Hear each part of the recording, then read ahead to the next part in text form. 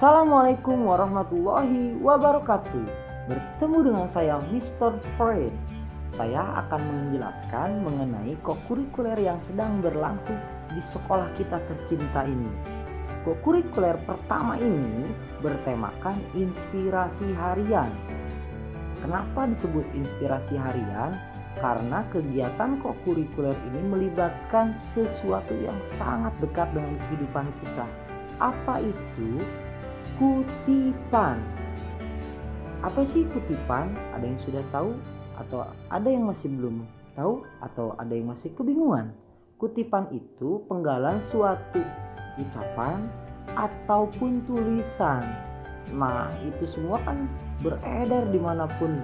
Bisa di media sosial, bisa di dalam buku. Media sosial juga ada banyak ya. Bisa di TikTok, bisa di Instagram, bisa di Facebook mungkin. Nah, itu sebabnya tema kokurikuler ini disebut inspirasi harian karena sangat dekat dengan kehidupan kita semua. Nah, bagi kalian yang ingin sukses di dalam kokurikuler pertama ini, tolong ikuti petunjuk dari Mr. Fred. Siap? Kalau siap, silahkan siapkan juga bukunya untuk mencatat apa yang penting dan mencatat sesuatu hal yang akan kalian kerjakan ke depannya. Langkah pertama yang harus kalian lakukan di dalam kelompok, sudah punya kelompok kan? Yaitu memilih kutipan yang kalian sukai. Kutipannya yang bagaimana? Boleh dalam bentuk tulisan, boleh dalam bentuk ucapan, bebas. Pokoknya yang kalian sukai. Jangan yang ibu atau bapak kalian sukai, apalagi yang guru kalian sukai. Mentang-mentang gurunya pernah posting kutipan, terus kalian ambil. Tidak. Supaya lebih mudah, karena ini adalah sesuatu hal yang menginspirasi harian kalian, jadi pilihlah kutipan yang kalian sukai, yang pernah kalian posting ulang mungkin di akun media sosial kalian. Bebas. Lalu berapa ya kutipannya Mr. Fred? Boleh 3, boleh 4, 5, 10, atau juga boleh 2. Kalau yang kesulitan 1 juga gak apa-apa deh.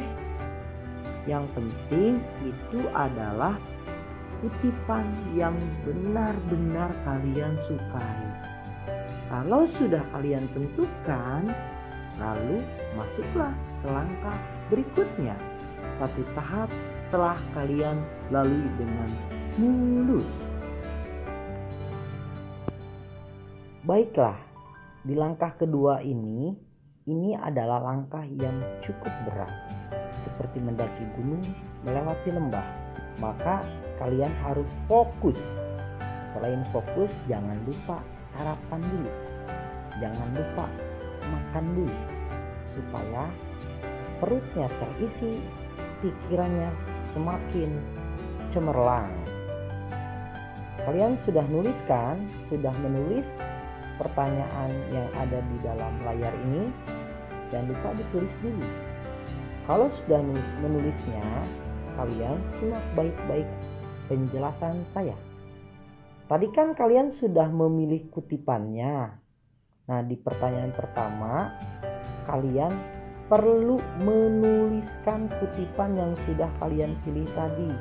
Misalkan kalian menulisnya 10, ya 10 kutipannya ditulis. Sertakan alasan kenapa kalian pilih itu. Karena saya yakin, Mr. Fred yakin, jika kalian memilih sesuatu, kalian kan punya alasan kenapa suka itu, kenapa pilih itu.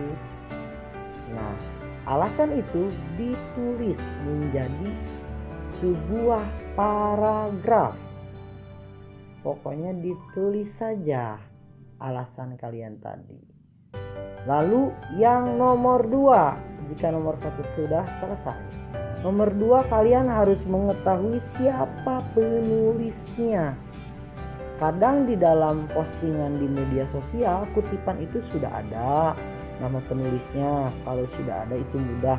Kalian tinggal mencari tahu siapa dia, lahir kapan dia, hidup di mana dia, ahli apa dia, dan sebagainya. Terus kalian gali. Di mana kalian bisa mencarinya? Boleh dari Google, boleh tanya si Gemini, boleh tanya ChatGPT. Kalau nama penulisnya belum ada, berarti kalian juga harus cari siapa yang pemilik kutipan itu. Kalau setelah penelusuran di Google, di Gemini, di ChatGPT tidak ditemukan, maka kita boleh berpikiran bahwa yang punya akun tersebut atau yang memposting kutipan tersebut adalah pemiliknya. Nah, di situ kan kalian diminta tuh menuliskan atau menceritakan. Apa yang diceritakan adalah bagaimana kalian mencari informasi tentang siapa penulisnya. Diceritakan aja, aku udah menelusuri ke Google, kami sudah mencarinya ke Gemini, mencarinya lewat ChatGPT, ternyata telah ditemukan si A penulisnya. Tuliskan tuh yang kayak gitu. Oke, jelas? Oke, kita maju ke nomor 3. Nah, inilah yang paling sulit. Udah paling sulit, paling banyak lagi. Ada 3 paragraf. Isinya apa? Jawaban nomor 3 ini, yang harus 3 paragraf ini, isinya adalah makna dari kutipan itu.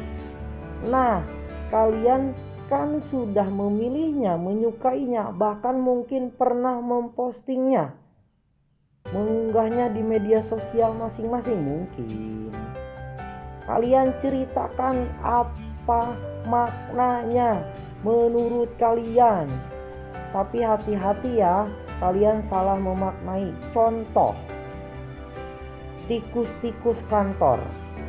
Kalau pakai teorinya kata denotasi atau makna denotasi, tikus-tikus kantor itu ialah tikus yang ada di kantor atau tikus-tikus yang ada di kantor. Tetapi kalau dimaknai secara konotasi, tikus-tikus kantor artinya koruptor. Nah, koruptor. Nah, berarti kan beda makna. Berarti hati-hati di dalam memaknai kutipan. Oke. Nah, maknanya itu kalian jelaskan sampai dengan 3 paragraf. Ya. 3 paragraf. Selesai tuh 3 paragraf maknanya. Maju ke nomor 4. Di nomor 4 itu kalian hanya perlu menjelaskan kenapa kutipan itu menarik. Kenapa kira-kira menurut kalian.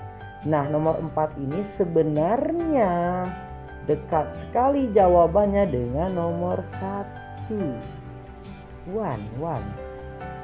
Nah, berarti kalian tinggal mengembangkan dari nomor 1. Kenapa kira-kira menarik? Oh, ini karena sesuai sekali dengan hidup saya.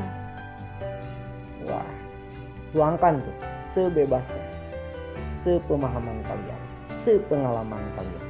Tuangkan saja. Tuangkan itu bukan kayak air ya, maksudnya tuliskan. Oke? Baik, kita ke nomor 5. Nah, apa itu relevansi? Relevansi itu sesuai atau tidak dengan diri kalian, mungkin dengan teman kalian, mungkin dengan orang lain, mungkin dengan Pak RT, Pak RW, Pak Lurah, Pak Camat, Pak Bupati, Pak Gubernur, mungkin. Nah, itu disebut relevansi. Mungkin kutipan yang pernah kalian posting, yang kalian suka itu kan relate banget dengan hidup aku. Nah, itu dijelaskan. Apakah kutipan yang kalian pilih itu memiliki kesesuaian dengan hidup kalian kah? Dengan teman kalian kah? Mungkin dengan orang lain. Mungkin dengan orang lain. Kalian tinggal jelaskan saja tuh. Nah, jika 5 pertanyaan itu telah terjawab itu dengan standarnya masing-masing. Standar itu maksudnya ada yang harus 1 paragraf menjelaskannya, ada yang harus 3. Nah, itu kalian disesuaikan atau diperhatikan. Jelas? Jika itu sudah selesai, maka stepnya sudah semakin dekat nih menuju puncak kegiatan dari kokurikuler. Tibalah kita pada tahap ketiga atau langkah ketiga. Nah, biasanya langkah ketiga ini aktivitasnya ada dalam pembelajaran informatika. Kalau yang memaknai tadi atau menjawab pertanyaan tadi, yang 5 pertanyaan, itu adanya di aktivitas pembelajaran bahasa Indonesia. Nah, ini membuat konten digital.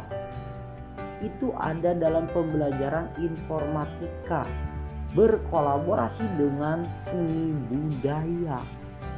Karena seni budaya punya keahlian untuk membuat konten atau suatu aktivitas menjadi indah. Lalu dalam kegiatan ini kalian membuat apa? Tadi sudah saya sampaikan, yaitu konten digital. Konten digitalnya isinya apa?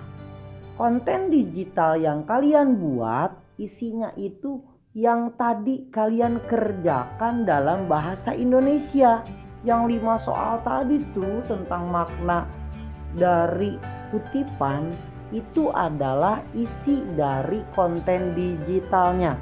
Tidak boleh yang lain. Awas nih, awas. Nggak boleh yang lain, tidak boleh. Lalu jenis konten digitalnya ada apa saja? Sebenarnya ada banyak sekali yang bisa kita lihat di media sosial, di YouTube dan sebagainya. Jenis-jenis konten digital, contohnya ada elektronik buku atau e-book atau buku digital. Nah, untuk buku digital ini kalian harus menentukan isinya itu yang tadi, apakah mau isi bukunya menjadi sebuah cerita. Berarti kalau mau menjadi sebuah cerita, makna yang sudah kalian dapatkan di aktivitas tadi, di 5 soal tadi, itu diubah menjadi cerita. Ingat, diubah menjadi cerita. Lalu mungkin ada pertanyaan dan kebingungan, Pak, Mr. Fred, Bu, gimana kalau kutipannya beda maknanya? Yang satu tentang pendidikan, yang satu tentang patah hati. Gimana tuh? Maka kalian harus membuat bagian yang ini, bagiannya ceritanya tentang pendidikan. Buat tuh cerita dari makna yang tadi ya, tentang pendidikan. Lalu di bagian yang ini membuat makna tentang patah hati. Atau boleh keduanya dihubungkan? Sangat boleh. Nah, namanya cerita ya, jangan lupa dikasih judul. Atau kalian membuat semacam makalah atau artikel. Gampang. Pertanyaan, jawaban-jawaban tadi yang ada di pertanyaan, kalian membuatnya menjadi sebuah esai reflektif. Yang di dalamnya itu ada latar belakang itu asal usul. Kan jawabannya udah ada, latar belakangnya berarti siapa penulisnya. Itu yang tadi dijawab, masukin ke situ. Alasan kenapa memilihnya, masukkan ke situ. Lalu kedua ada isi, tadi kan isi itu makna, tinggal dimasukkan ke ibu. Yang terakhir relevansi, tadi ada jawabannya di nomor 4 dan 5. Selesai kalau artikel. Lalu gimana kalau komik? Berarti komik sama seperti yang tadi membuat cerita, harus dibuat ceritanya berdasarkan makna. Wah, kalau ada yang bikin novel gimana? Keren banget. Keren. Pasti tebal sekali. Dan tidak ada batasan harus 100 halaman kah? Harus 10 halaman kah? Tidak ada batasan-batasan seperti itu. Itu jumlahnya tergantung kalian di kelompok membuatnya seperti apa dan berapa banyak. Itu kalau buku digital ya. Lalu bagaimana kalau podcast? Berarti di dalam podcast itu kalian sama membahas tentang yang tadi, makna kutipan yang sudah kalian kerjakan, jangan yang lain. Lalu namanya podcast, ngomongnya harus enak. Belajar berbicara. Terus gambar visualnya podcastnya mau seperti apa, itu juga harus dipikirkan supaya enak dipandang. Orang jadi mau dengar, mau lihat podcast kalian. Bahasanya gimana ya Mr. Fred? Bahasanya boleh bahasa yang santai, tapi jangan pakai gue lu kira apaan, gak boleh tuh. Pakai saja bahasa yang santai, aku, kamu, kami, saya juga boleh. Itu kalau podcast. Lalu bagaimana kalau maunya bikin film pendek? Sama, bikin film pendek pun berarti harus bikin skenario ceritanya. Buat tuh skenario ceritanya, ada dialog-dialognya. Lalu ceritanya ya sama, ceritanya harus sesuai dengan makna kutipan. Lalu kalau mau bikin video-video yang lain ya boleh. Tapi apapun konten digital yang kalian buat, isinya tetap makna kutipan yang sudah kalian dapatkan di aktivitas sebelumnya dalam pembelajaran bahasa Indonesia. Itu pesan dari Mr. Fred. Jangan cari yang lain isinya, nanti pusing. Yang ada saja udah bikin pusing, kenapa harus nyari lagi? Betul tidak? Nah, jika itu semua sudah selesai, maka selesailah aktivitas kurikuler kalian, tinggal dikumpulkan. Selesai. Dikumpulkan tuh nanti ke panitia. Selesai aktivitas kalian untuk membuat sebuah karya yang bermakna. Kenapa saya bilang bermakna? Karena ilmu pengetahuan itu ternyata saling berhubungan, saling mendukung. Bahasa Indonesia didukung informatika, informatika didukung SBK, SBK didukung bahasa Indonesia, saling berkaitan tuh. Itu kalau belajar, ilmunya jangan sendiri-sendiri, kasihan, kesepian nanti. Harus bersama-sama atau berkolaborasi. Begitu. Maka langkah ketiga ini adalah langkah pamungkas. Tuntas semuanya. Begitulah aktivitas kurikuler kita di sekolah tercinta kita. Tadi kan Mr. Fred bilang langkah ketiga itu pamungkas, berarti sudah selesai. Kalian tinggal mempertanggungjawabkannya dalam suatu presentasi yang disebut sidang karya. Kalian harus mempertanggungjawabkan. Kenapa? Karena kalian sadar atau tidak sudah mengalami suatu proses belajar bagaimana membuat konten digital yang benar. Jangan membuat konten digital yang gambarnya tentang A, ternyata isinya tentang Z. Tidak nyambung. Kalian sudah belajar mengalami proses yang sangat panjang. Bagaimana melihat atau bagaimana memaknai suatu kutipan ucapan di dalam media sosial supaya nggak gampang kena berita bohong, kena hoax.